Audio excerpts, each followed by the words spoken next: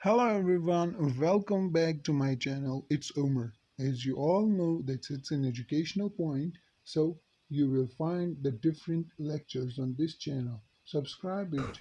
Today we will begin with a new subject, that is lectures on dental materials. Dentistry is really a mystery. One needs to have a thorough knowledge of all aspects of science and also arts to understand this mystery. To understand dentistry completely, we have to know some important aspects of physics, chemistry, and many other aspects of science. So let's study the basics of dental materials today. In this lecture, we will be studying about the history of dental materials in short, and then we will be studying about the structure of matter. But before that, please subscribe to our channel and hit on the bell icon so that you don't miss any of our recently uploaded lectures. And also get a notification whenever we upload a new lecture.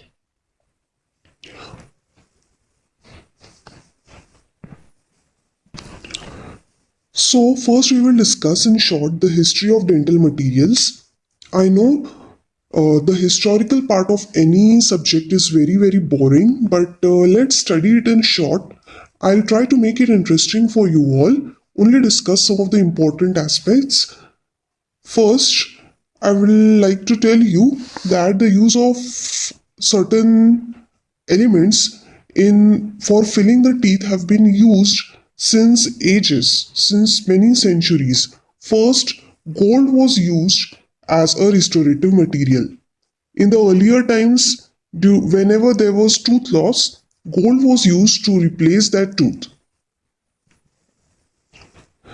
In 700 to 500 BC, gold was used. In around 1600 to 1840 BC, the term medical dental practitioner was first used. So it is very interesting to know that the importance or the need of a special dental practitioner was uh, needed when in very early in the year 1600 to 1840 BC. Now, the from the year 1728 is called as the era of modern dentistry because Pierre Faucher, the father of modern dentistry, introduced his work, a book, which is called as the Surgeon Dentist in the year 1728. So here, keep it in mind, the father of modern dentistry is Pierre Faucher. Then, the plaster models, which we use so oftenly, was first introduced by Philip Staff. In 1792, Nicolas Dubois de Chamant introduced the process of making porcelain teeth. In 1806 to 1808, G. Fonzi prepared single porcelain teeth, and he also introduced 26 shades of porcelain teeth with the use of metallic oxides. Now, the use of silver amalgam as a restorative material was introduced by the scientist Tavu in the year 1826. In 1844, copper amalgam was introduced. And what about the gatta percha, the GP, which is used as the most common root canal filling material, was introduced in India. Did you know that? It is really a very interesting thing that the gatta percha was introduced in India in the year 1842. It was first used in India, and since 1847 it is used as an RC filling material worldwide. In 1855, vulcanite was used as a denture based material. In 1869, J.S. Hyatt replaced this vulcanite by celluloid. In After 80 years, in 1937, acrylic resin was used as a denture base material. Now, how was the American Dental Association established? Let us see. Now, what happened is in 1919, the US Army they approached the National Bureau of Standards and requested them to make certain specification for the selection and grading of dental materials. Now, these specifications were important, and NBS, the National Bureau of Standard, started the research under the leadership of Wilmer Sonder, and a report was published by in the year 1920.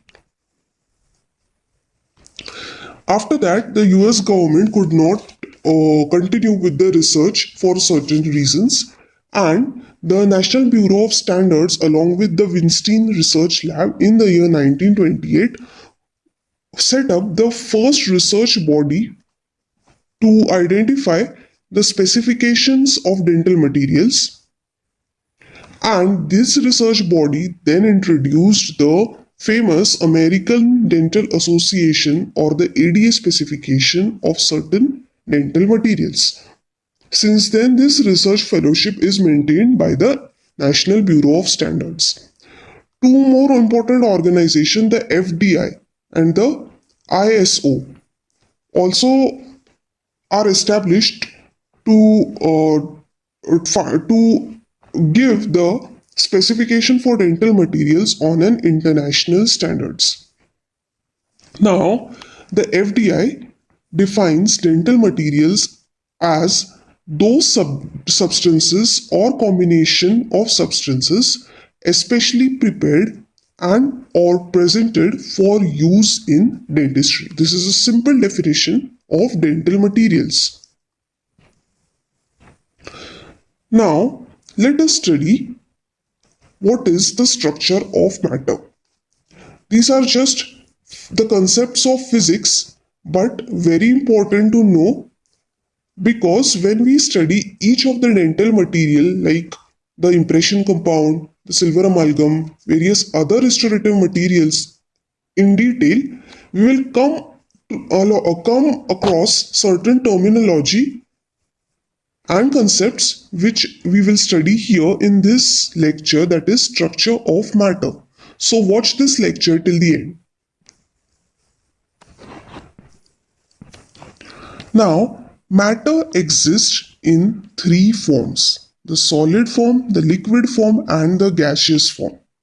Now, the difference in this form is due to difference in the energy state. From transition from solid to liquid to gas, certain amount of energy, that is the heat energy, is required. When the solid is given the heat energy, it transforms into liquid. And when this liquid is given more heat energy, it becomes a gas.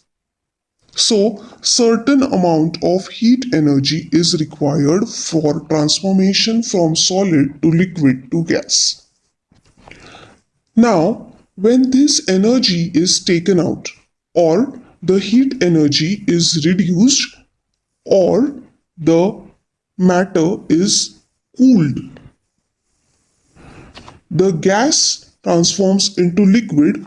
Further, if the heat energy is reduced more or more cooling is done, the liquid transforms into solid. So all depends upon the energy, which is the heat energy.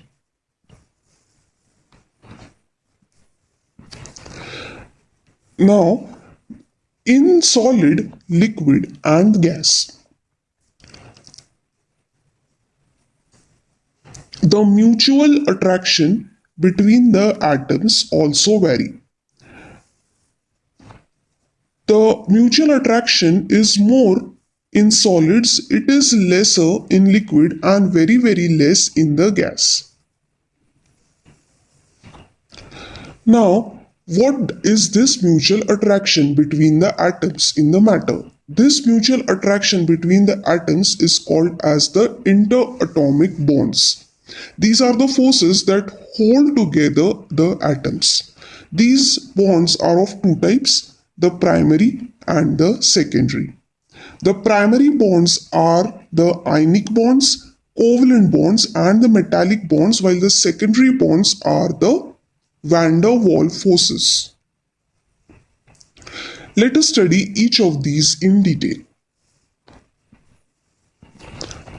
Now, the ionic bonds are the simple chemical bonds. These are the bonds between the positively charged atom and the negatively charged atom. For example, between the sodium and the chlorine. The sodium is positively charged while the chlorine is negatively charged. The bonding between these two atoms is called the ionic bond. It is a simple chemical bond. What is a covalent bond? In the covalent bond, two valence electrons are shared. For example, in methane, the carbon atom has 4 valence electrons which can be stabilized by combining with the hydrogen. So, thus the covalent bonds are formed. Now, what are the metallic bonds? Now we know that the metal has a characteristic feature of conducting heat and electricity. Whenever heat or electricity is applied to the metal, it has a property to conduct this heat and electricity. Now this conduction is possible due to the presence of free electrons in metal. The outer shield, suppose this is the example of atom of a metal, and this is the nucleus, and these are the various shields of electrons. These concentric circles are the shields of electrons. Now this outermost shield have certain electrons which are shown by red circles. These are the electrons which are negatively charged, and these outer shield electrons can be easily removed. All these electrons can be easily removed. And when these electrons are removed from the outer shield, the valence electrons are tied together to the nucleus. The electrons in the inner shields remain still bonded to the nucleus, and this gives a positively charged ion. These electrons which are removed from the outer shield, they form an electron cloud or an electron gas. The electrostatic attraction between the electron cloud and the positive ion, this which we have studied, these forces bind the metal atom together as solid. The attraction between the electron cloud and the positive ion. This is the electron cloud and this is the positively charged ion. The attraction between these hold together the atoms of a solid. Now, what are secondary bonds or van der Waals forces? These are more physical in nature. We have seen the ionic covalent and the metallic bond which are chemical in nature, but these are more physical in nature. The secondary bonds are called as the van der Waals forces. Let us study how these van der Waals forces are established. The van der Waals forces come into existence due to the presence of a dipole formation. Now, what happens is in a symmetric atom, when the atom is more symmetric, a dipole is formed. There is accumulation of electrons which needs to a negative polarity while the opposite end becomes positive. This forms a dipole. Now, this is the dipole of one atom and this is the dipole of the second atom. So this is the negative pole of first atom, and this is the positive pole, and this is the negative pole of the second atom, and this is the positive pole. So there becomes an attraction between the positive pole of one atom and the negative pole of the other atom, and these attractive forces are called as the van der Waals forces. Now, what is the concept of thermal expansion? The thermal energy of a matter is determined by the kinetic energy of atoms at a given temperature. Now, at a certain given temperature, the atoms, suppose this is is any crystal, and these are red dots are the atoms present in the crystal. Now, these atoms are in a state of constant vibration. These are always vibrating, and the extent to which these atoms vibrate is called as amplitude. This amplitude is fixed at a given temperature. Whenever heat is applied to this matter, the amplitude of vibration of the atoms is increased. When this amplitude of vibration is increased, the interatomic spaces between the two atoms also increase, and this increases the internal energy of the atom, and the result is a thermal expansion. There is expansion in the matter. So here, if the temperature of the matter is increased, the interatomic spacing and the amplitude of vibration it increases, and the result is the thermal expansion.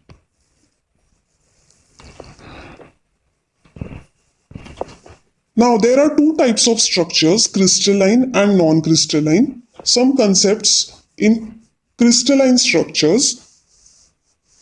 A crystal is defined as an arrangement of atoms in space such that every atom is situated similar to every atom. You can see here each atom is arranged very similar to the other atom.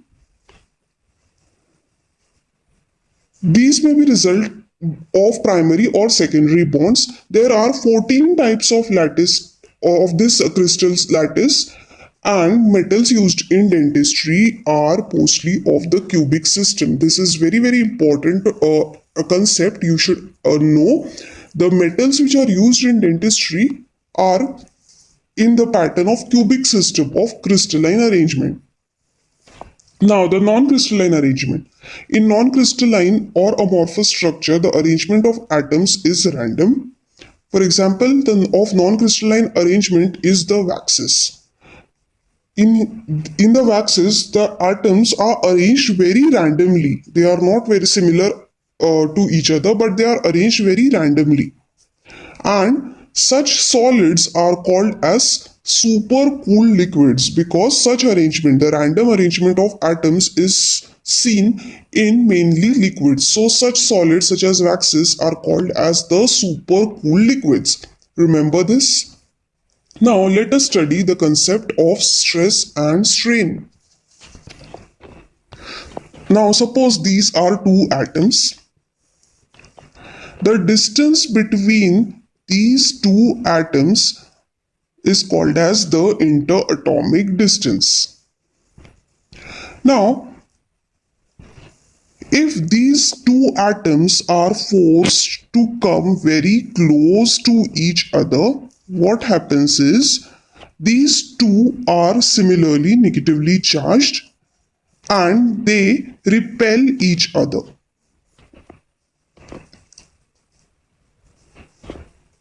Due to similar charges, these two atoms repel each other.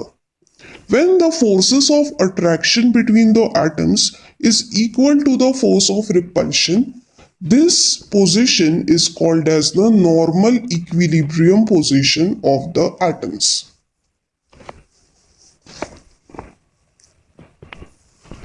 Let me tell you this in bit detail. This is the normal interatomic distance between these two atoms.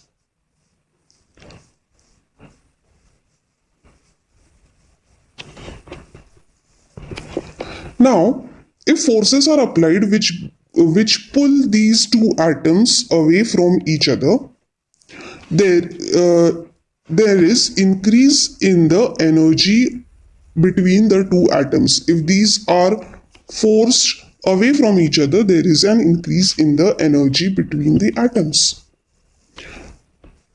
If these forces are released, the atoms come back to their original position and the energy is decreased. Now, this displacing force between the atoms is called as stress, while the change in dimension which occurs due to this stress is called as the strain. Now, what is diffusion? Now, diffusion rate, it depends upon temperature. If the temperature is increased, the diffusion rate is also increased. Other factors which influence diffusion are the size of the atom, the interatomic bonding, and the lattice imperfection.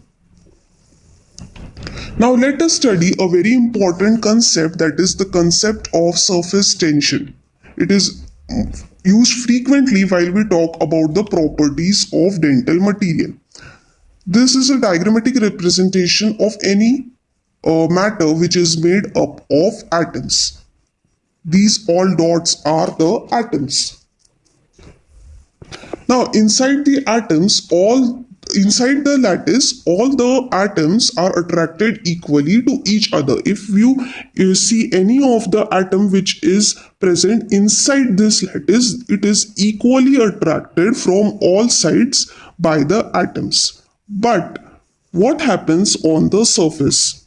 On the surface, the atoms are only attracted from the inner side, while on the outer side it is not attracted by any of the atoms. This creates a tension on the surface because it is bonded only on one side while the other side is free.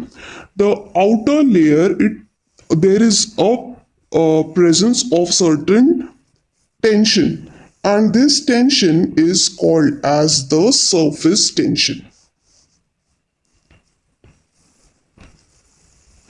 Now what happens? To reduce this tension, everyone has a tendency to reduce the tension. When this surface tension is present, these surface atoms, they bond with the external atoms. They bond with the atoms which may be present on the external surface to reduce the tension, and this bonding is called as the adhesion. So you can here conclude that the more the surface tension, the more is the adhesion. What is the concept of wetting? It is very difficult to force two solid surfaces to adhere. Even if they appear to be very smooth to our eyes at microscopic level, they are rough. Only certain hills, if you can see here, only certain high points of these two material at microscopic level are in contact with each other. Now, it is very difficult to force these two solids to adhere to each other.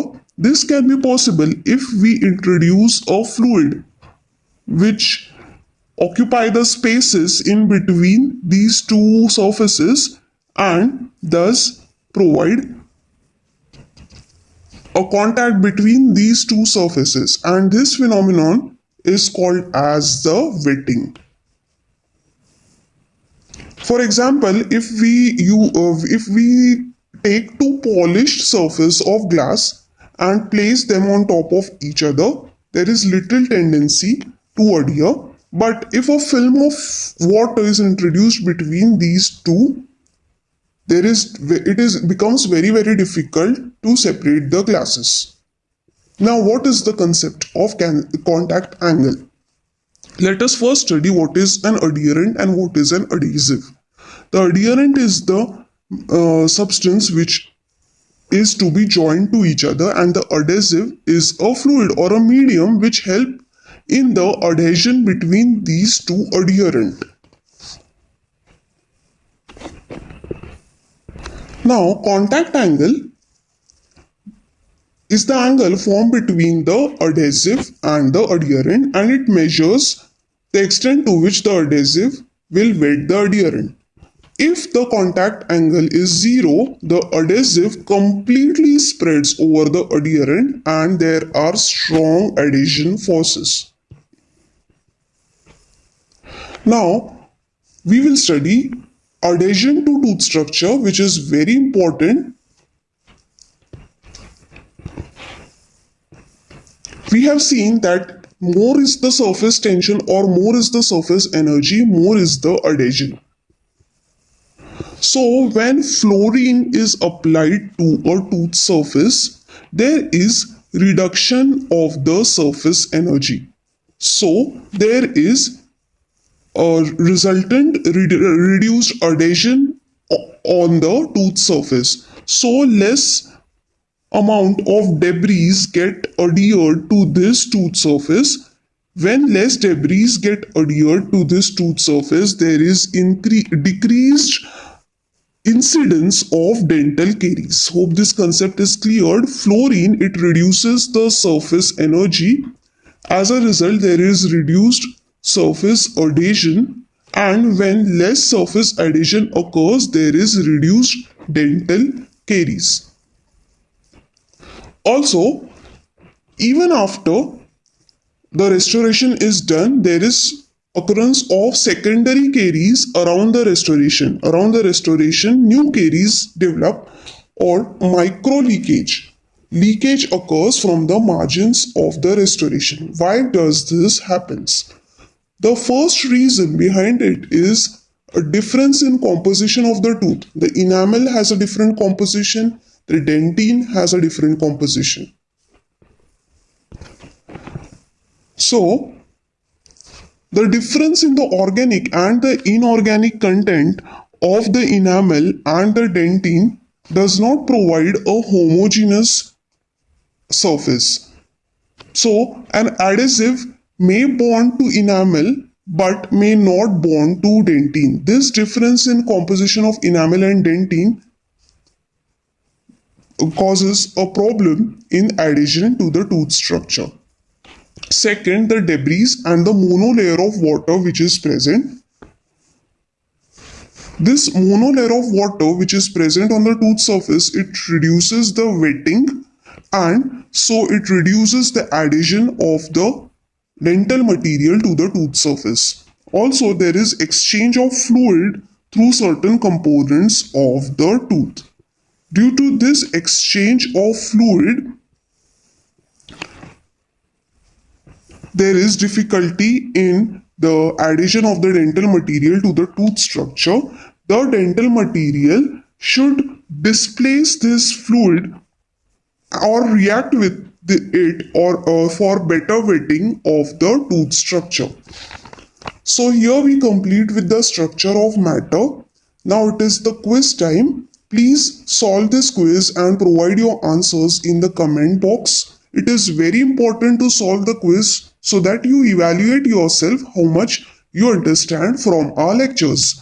The first question today is, van der Waals forces are what in nature? Options are chemical or physical. Question number 2, increase in the surface energy indicates what type of adhesion, strong or weak? And the last question, if adhesive totally flows over the adherent, what would be the contact angle between the two? The next lecture will be on physical properties of dental material, which we will be uploading very soon. Please subscribe to our channel. If you don't want to miss any of our videos and keep your knowledge updated, please subscribe to our channel. Till then, happy studying.